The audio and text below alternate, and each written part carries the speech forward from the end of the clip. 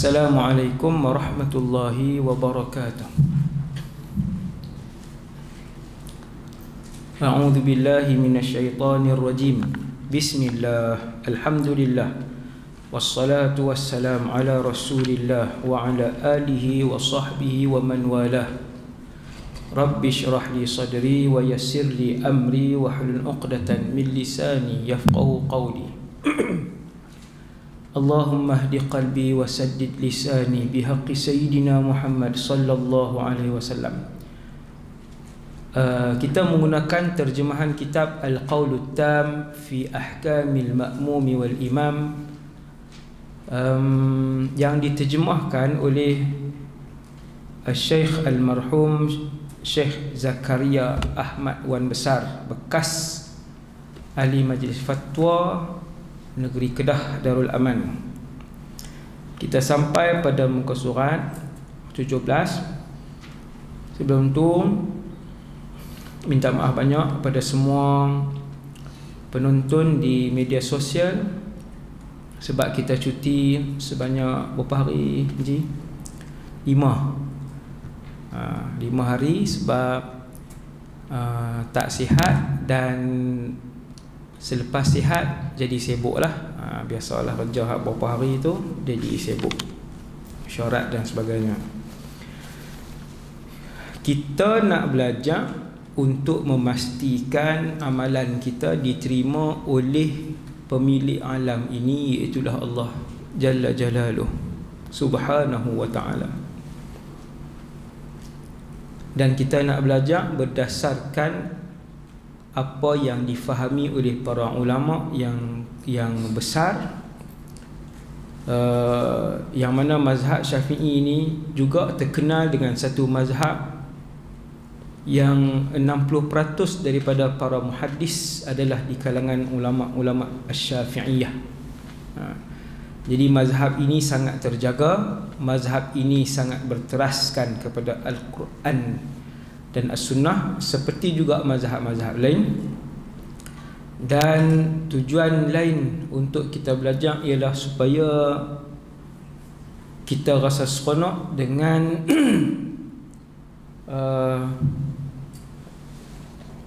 dengan ibadat yang kita lakukan.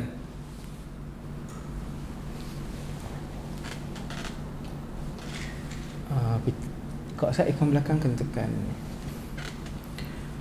Okey, kita sampai pada 17, muka surat 17. Bismillahirrahmanirrahim. Yaqulul musannif wal mutarjim rahimahumallah, nafa'ana Allahu bihima wa bi'ulumihima wa bikum fid dharain amin. Imam baca cepat, makmum baca lambat. Masalah imam makmum ni mai awal.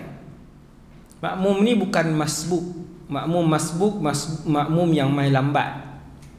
Definisi tu tak berapa lengkap, tapi nak mudah faham, makmum yang kita nak cerita sekarang ni, makmum ni dia main awal. Imam takbiratul ihram, Allahu Akbar, makmum pun Allahu Akbar, maksudnya main awal. Cuma dia baca, makmum ni baca Fatihah lambat. Apa dia nak buat? Imam rokok dah, imam sudah rokok. Okey, kita tengok. Betul ke berhenti tang tu? Okey. Tersebut di dalam Kitabul Minhaj, jika imam membaca cepat dan rokok ia sebelum makmum menghabiskan bacaan Fatihahnya, maka terdapat pada masalah ini dua surah. Surah tu bukan surah Quran. Dua surah itu maksudnya dua keadaan. Terjemah, dua keadaan. Surah bahasa Arab asal tu surah, dua keadaan, dua gambaran pun boleh juga. Macam saya habaq taksad, makmum ni mai awal takbiratul ihram, selepas imam takbiratul ihram, cumanya bacaan Fatihah dia lambat. Ayuh kita lihat apa terjadi. Yang ada dua keadaan, kata pengarang kitab. Yang pertama, makmum membaca Fatihah secara tartil. perlahan. Macam mana baca cara Fatihah ni macam ni? Saya buat contoh terus. Ji ayat bila Ji? Kemarin dulu, 5 hari lepas ke? Okey, tak apalah. Boleh tak? Masih. Okey. Makmum membaca Fatihah secara tartil, penterjemah Syekh Zakaria tulis perlahan. Tetapi kalau ia membaca secara cepat, ia ni makmum. Kalau dia baca cepat, nescaya boleh menghabiskan bacaannya, maka imam pun rokok sebelum ia menghabiskan bacaannya.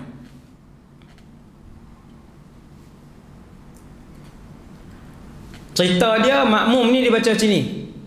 Bismillahirrahmanirrahim. Alhamdulillahi Rabbil Alamin. Ar-Rahmanir-Rahim. Maliki yaum. Itulah bacaan tartil.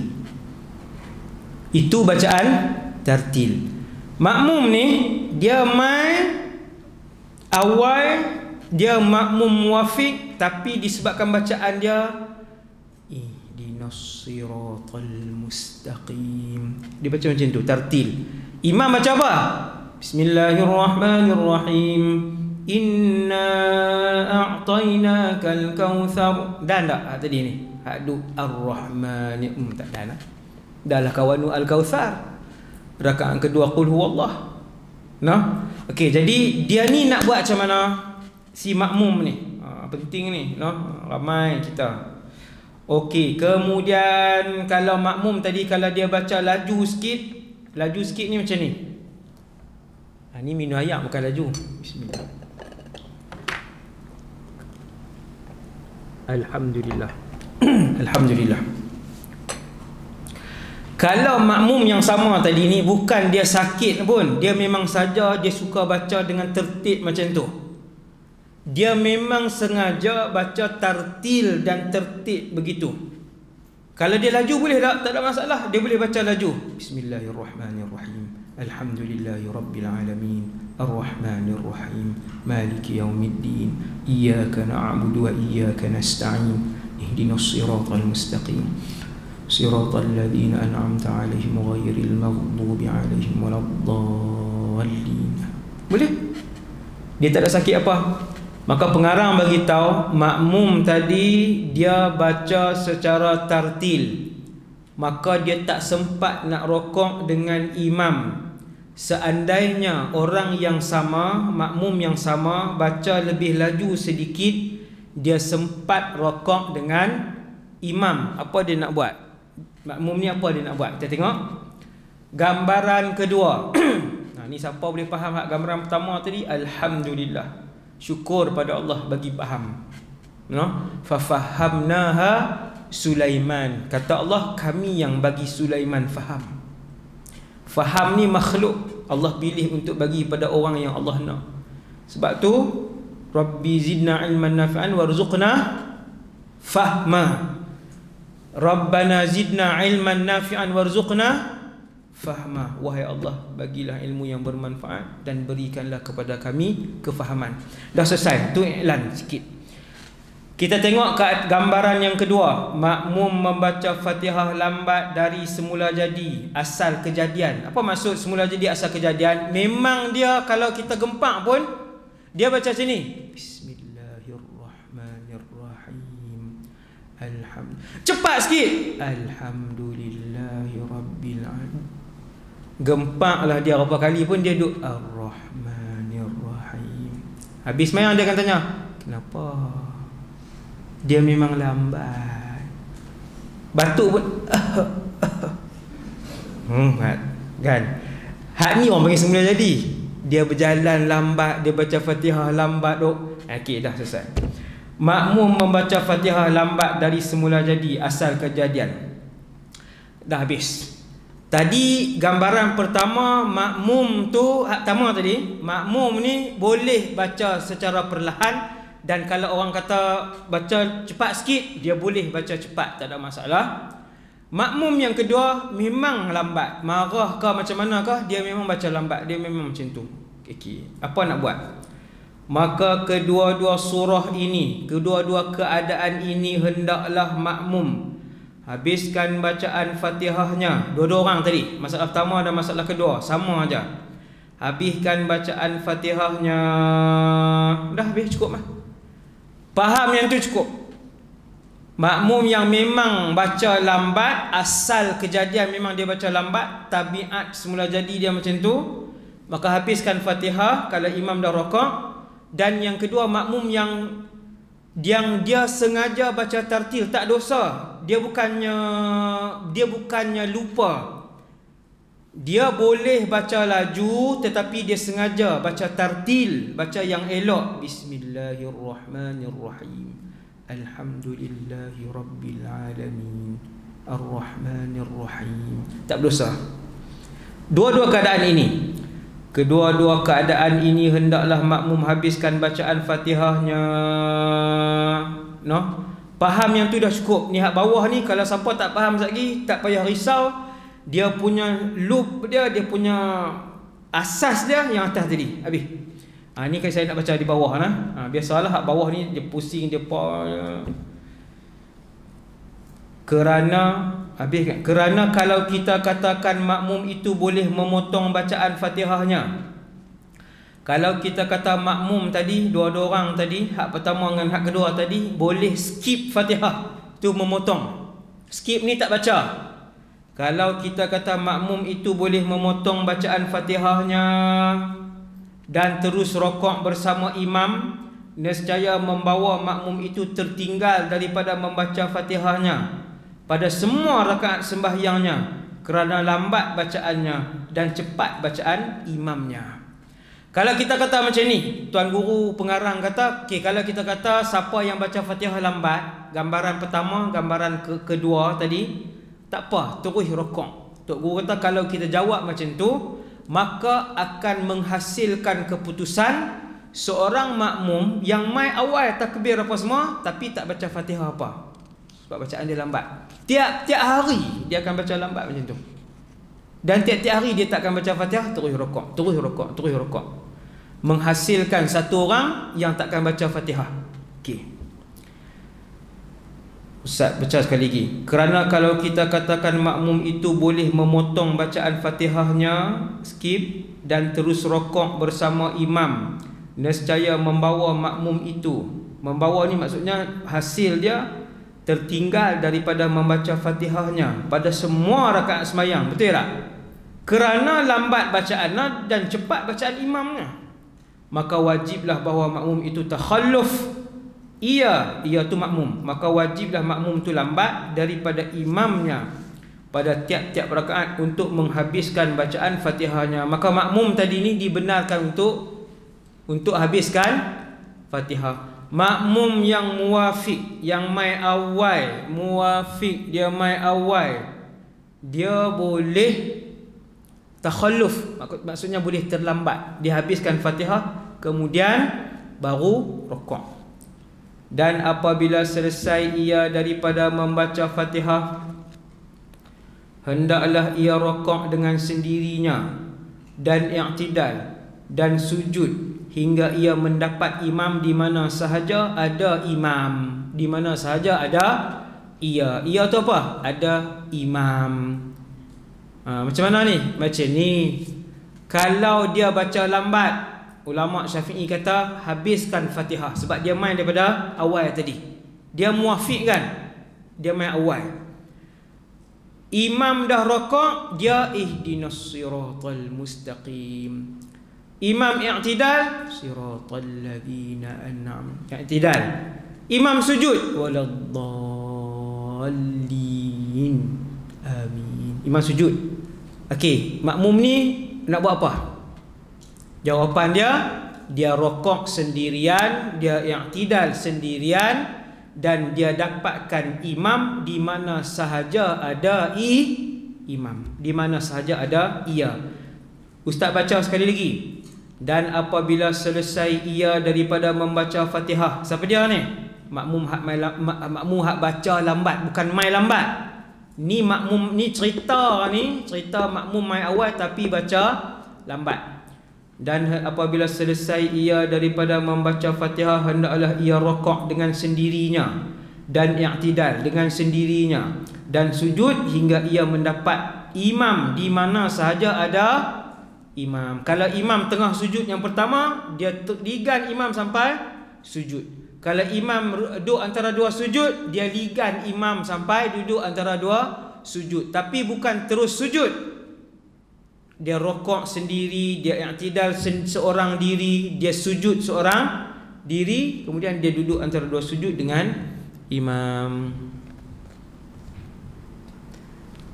Dan masalah seperti ini disebut qudwah hukmiyah dan diberi keuzuran kepada makmum terbelakang dari imamnya untuk menghabiskan Fatihahnya dengan 5 rukun yang panjang. Maka makmum ni hak mai awal. Makmum yang mai awal dalam cerita nombor 28 ni, makmum ni mai awal tapi bacaan dia lambat. Boleh tak dia terlewat daripada imam, takhalluf daripada imam? Takhalluf ni terlewat. Boleh tak? Boleh. Sampai banyak mana dia boleh? Sampai 5 rukun yang panjang. Apa itu rukun yang panjang? Iaitu rokok, sujud dan berdiri ketika baca Fatihah. Itu rukun panjang dalam solat. I'tidal rukun pendek. Duduk antara dua sujud rukun pendek. Ingat rukun pendek, duduk antara dua sujud pun rukun pendek.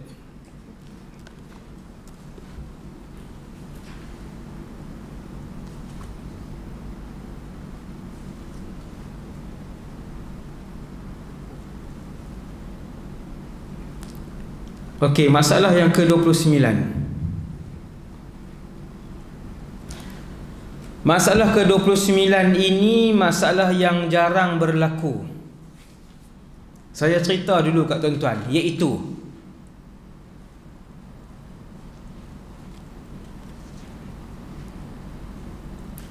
dia ni mai sembahyang Jumaat. Ni saya cerita kat tuan-tuan, perempuan semua. Hamba Allah ni mai sembahyang Jumaat macam biasa solat, dan masjid sangatlah sesak. Siapa pernah sembahyang secara bersesak dalam Masjidil Haram, dia boleh faham keadaan ni. Iaitu saya sendiri pernah. Sesak ni sampai tahap satu saf tu bahagi dua pula. Satu saf tu depan kita ada orang, selang sikit je ada orang. Maksudnya sepatutnya kita boleh sujud, tapi disebabkan terlalu sesak. Selalunya masalah ini memang berlaku pada hari Jumaat di Masjidil Haram. Bukan semua tempat dalam Masjidil Haram. Di sebahagian tempat yang sesak, terutamanya tempat-tempat yang depan lah, saf depan dan sebagainya. Dia jadi kita berdiri dah dalam saf penuh ni, saf penuh. Orang buat satu saf lagi depan kita memanjang. Sekali nak sujud atas apa? Kalau nak sujud lagi, kita sujud atas buntut dia sujud atas buntut orang depan, tak ada tempat. Maka ni nombor 29 ni nak cerita masalah tu. Yang tu jarang sangat di Malaysia ni. Tak ada masjid lah yang berlaku macam ni. Satu orang mai sembahyang Jumaat, kalau duduk saf depan tak jadilah, sebab saf depan kosong. Kalau duduk saf nombor 2 dan ke belakang. Di Masjidil Haram pernah jadi benda ni. Saya nak sujud tak boleh waktu tu sebab terlampau rapat. Orang buat saf baru di depan kita. Buat saf baru depan kita. Lepas tu yang depan tu pun jadi rapat juga. Orang di saf depan kita pun ada buat saf baru juga. Nak sujud macam mana? Semua tak boleh sujud. Berdiri boleh tak waktu berdiri? Waktu berdiri boleh. Rokok pun boleh lagi. Tu pun tolak kat ni. Sujud lagi. Tu dia. Jenuh jadi mengkarung. Ni dia jadi bertindak nak sujud atas buntut kawan ni duduk macam buntut kawan tu. Jadi tak boleh ni. Jadi saya cerita kepada tuan-tuan sekalian, gambaran dia ialah orang ni mai Jumaat, tiba-tiba jadi sesak. Saf bertambah secara mengejut. bertambah soft depan kita. Kita main Jumaat. Kemudian kita pun berdiri semayang imam pun semua, habis Fatihah, habis surah, kita pun semayang elok, rokok, kita boleh rokok lagi. Sebab rokok ini, rokok yang sah ialah rokok sekadar tangan boleh mencapai kepala lutut. Itu sudah dikira rokok. Saya tunjukkan. Macam ni. Allahu Akbar.